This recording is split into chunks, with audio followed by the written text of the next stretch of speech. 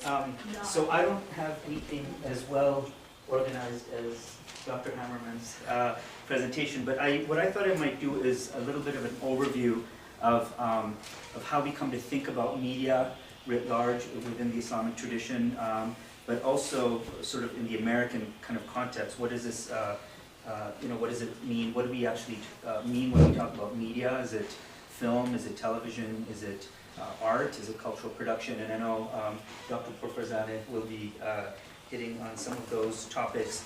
But it occurred to me to start as we had an event yesterday for Black History Month. And a part of that conversation that we were having yesterday was that so much of the Muslim community itself, not just external to the Muslim community, internally we often forget that there's a long history of Islam and Muslims right here in the United States. So forgive me for those of you who've heard my 5 media pillars presentation for at least 6 years now. But often we come to think about Muslims through what I've been calling the 5 media pillars of Islam. We know about the 5 pillars, but the 5 media pillars as being these. The first is 9/11 as the kind of temporal trope or frame through which we think about Muslims, as if Muslims sort of just got here after 9/11. The second is violence and terrorism, fundamentalism, Iraq, Afghanistan, Iran. So even words like jihad, madrasa, Al-Qaeda, the Taliban, I mean, these are all English words now. We know them in the English language. People often even don't know the roots of those words, but we use them very freely in the English language. So that's a second sort of media pillar, as I call it. The third is veiling and women and Muslim women and the so-called oppression of Muslim women through the headscarf as another frame through which we come to understand Muslims.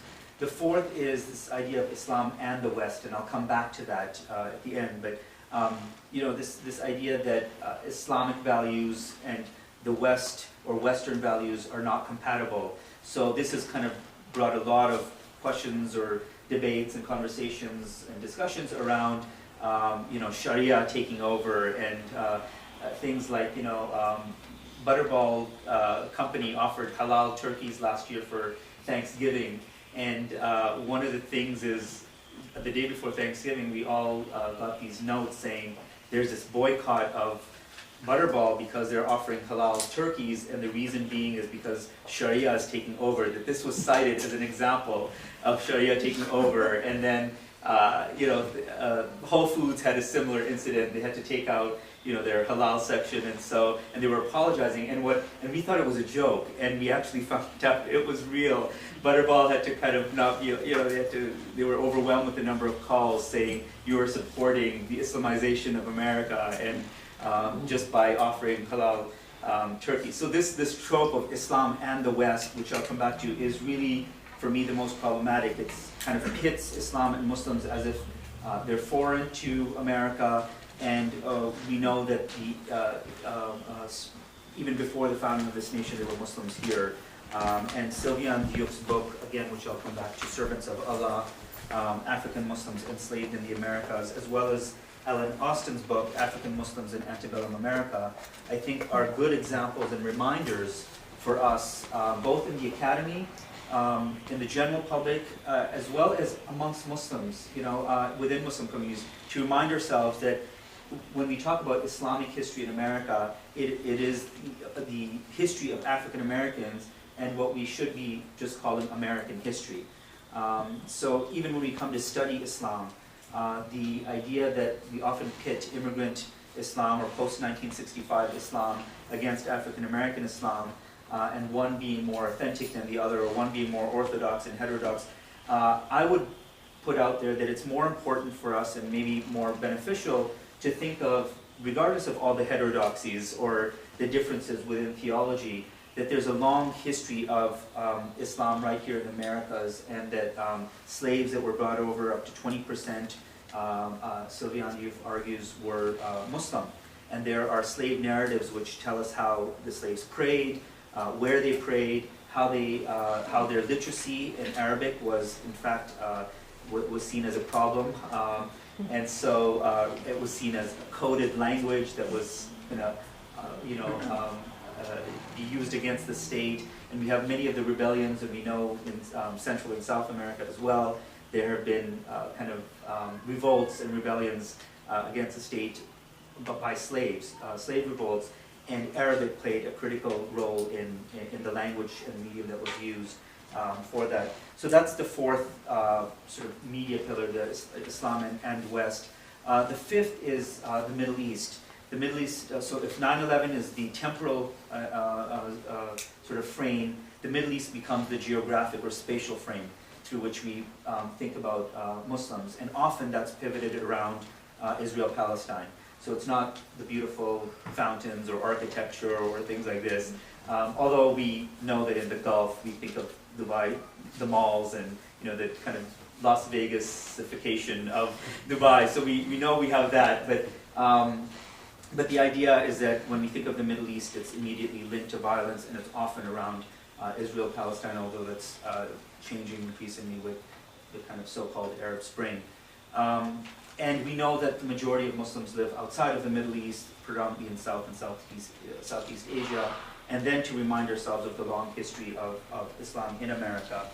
So one of the things, when we think about media, and I know we had Rio as sort of pointing to film today, but I want to have us think about the different kinds of media. So when we think about Muslim as a category to describe someone, that immediately marks them as either a theological category or a political one, and sometimes as just a minority identification, right? So the minute you identify someone as Muslim, we attach certain kinds of meanings to them, so they have to be seen as performing something.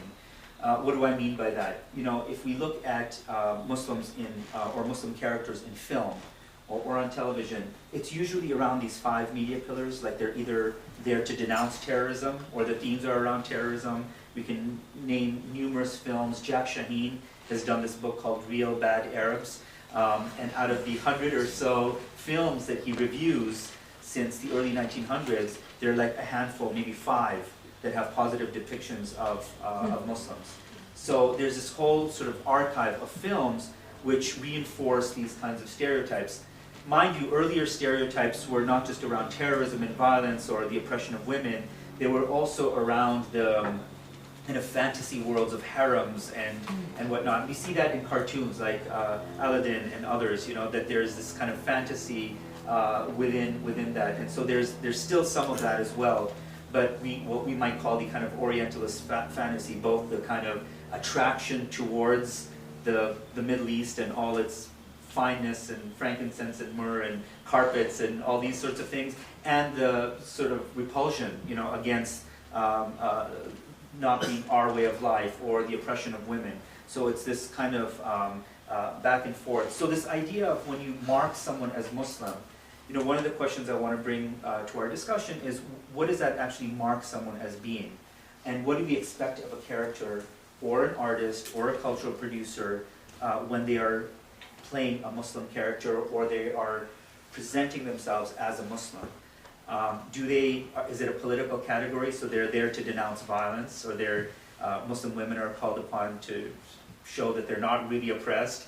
Or to say, look, we love interfaith, or there's all these markers that Muslims are supposed to represent in the public.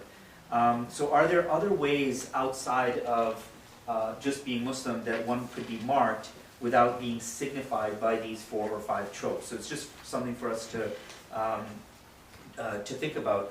So some of the efforts that have been made around this are, we know most recently there's been this show called All American Muslim. And it had, I think, 8 episodes of several Muslim families in Michigan. In this show, in this series, they're all Arabs, but very different backgrounds. Some sort of practicing, some not. But what's interesting is that that program brings to bear on theological questions. If it's a Muslim woman who's not veiled, there's questions around why is she or why isn't she veiled? Or there's a football team that's fasting during Ramadan, and it's like, how can they be footballers and also fasting? So they try to bring some of these things to the forefront, but they're always marked somehow as Islamic.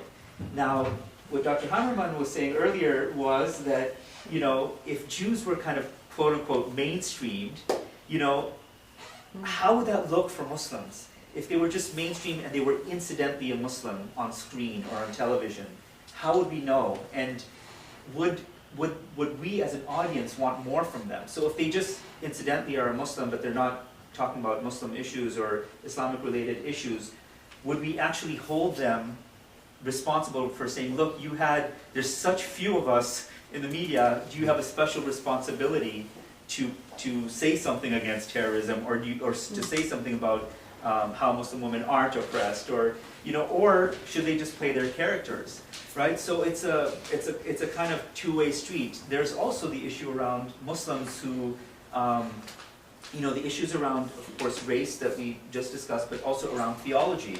So if a Muslim character is seen as not being representative of a practicing Muslim, you also get responses to that. And we did see that with the All-American Muslim show. We had a lot of Muslims saying, well, you shouldn't have had that character because she's not a real Muslim because she's not veiled, right? So you get that from multiple audiences. So I think it's something for us to think about. What actually happens when we classify someone as Muslim? So there are many efforts. There have been television efforts, there have been film efforts. There have been efforts by, Dr. Farzana is going to talk about some of the cultural producers who have been making efforts within Muslim communities, maybe on a smaller scale, that try to sort of change the narrative. But things like comedy, Allah Made Me Funny and others, and we'll have a comedian here for this afternoon's workshop as well, to see how they're using their platforms as cultural producers to counter certain kinds of stereotypes. Then there's the sort of idea that, yes, we know that Malcolm X was widely read novel, the autobiography, as well as a film that was used. How much of that represents the Islamic experience that we think about today? So when we immediately think about Muslims in media, do we think of that as representative of Muslim communities? So again, it's just something I want to put out there because there is that history as well. A very strong and concerted effort by African Americans who in fact Muslims today and others must be indebted to for their efforts in kind of mainstreaming Islam, but also issues of race. I wanted to also, just as an overview, also have us think about this sort of relationship, and we've seen it a lot with Muslims in media, right? Why are Muslims so sensitive to things like the Danish cartoons, or the Abu Ghraib images as art, or the most recent film that was just done in California, by the on the Prophet Muhammad, peace be upon him. Why was there such offense taken?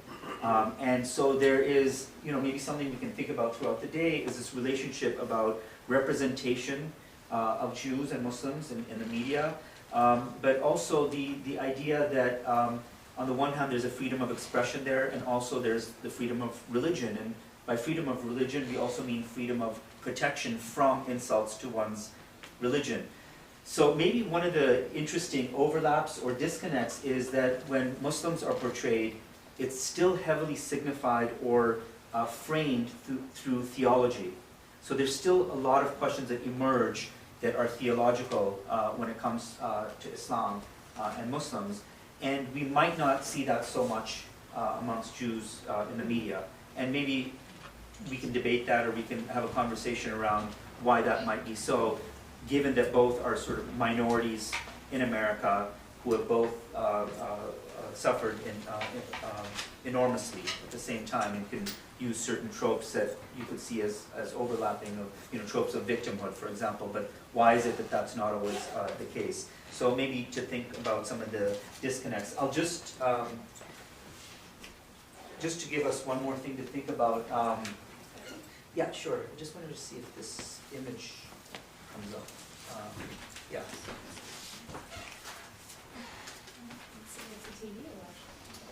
There it is.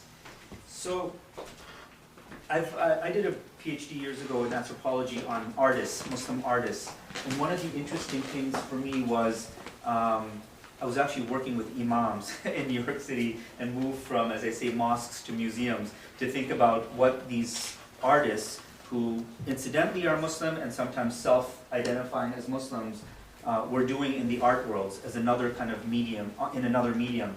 And one of the things that really interested me is prior to 9/11, most of these artists who are Muslim were identified by other kinds of categories, like ethnic categories or art historical categories, or through other kind of genres like abstract art or video or African art. After 9/11, they were identified by the art world as Muslim artists. And it's interesting that there's the same artist and the same artwork pre and post 9/11 took on very different kinds of meanings. So Fatima Tugar, who is, that's not her, this is a work of hers, which is a mixed media installation. It's a collage and it's also in video form. So she's Nigerian born and works in New York. And what's interesting is she doesn't, necessarily, I mean, she identifies as Muslim, but her work is never identified with the Islamic tradition, although she draws heavily from images from Nigeria and northern Nigeria and elsewhere. But her work is really a look at the relationship between rich and poor. It's really questioning of women and labor and technology in the art world. So she brings she's a techie, so she's bringing technology into the art world. So she's doing something else in the art world, which is really important and which is a kind of general contribution, not just a Muslim one. So what's interesting is that prior to 9/11, her works were classified as, through African art or women's art or art and technology. And after 9/11, once people know that she's a Muslim, it's interesting though, and there's an entire shift between, asking her questions about African art and what's modern about African art, and how does technology work in the kind of African art sphere? What does it mean to bring video into the art worlds? But once classified as a Muslim, they ask her about veiling and do Muslim women really have any connection to technology? And so it's an entire shift, and it's the same artist and the same artwork. So I did this for an entire series of artists to show how just the actual label, the actual identification can change significantly. The frame that we use and the classification that we use changes significantly the way in which we approach someone. And I was reminded yesterday at the Black History Month event that when African American Muslims are identified as Muslim, there's a whole set of questions that they need to respond to.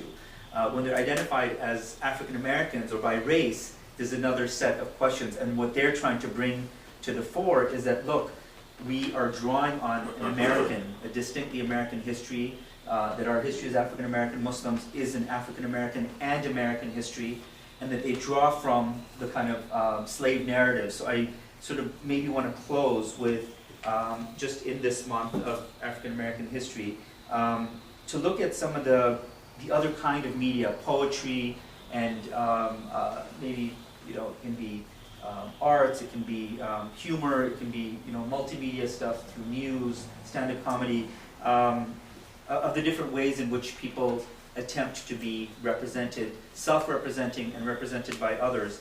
But just the history of African American Muslims in this country, and coming back to my point about Islam and the West, and reminding ourselves of them being here right at the founding of the nation, if not before. I just want to end with a quote from Sylviane Diouf's book about the history of African American Muslim slaves. She says, "Turbaned men and veiled women, their prayer beads around their necks, chopped cotton, cut cane, and rolled tobacco from sun up to sundown. Like other slaves, they were beaten, whipped, cursed, raped, maimed, and humiliated. They saw their families torn apart and their loved ones killed.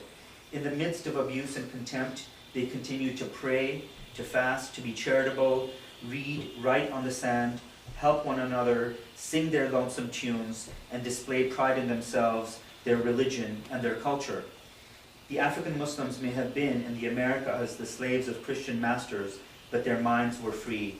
They were the servants of Allah.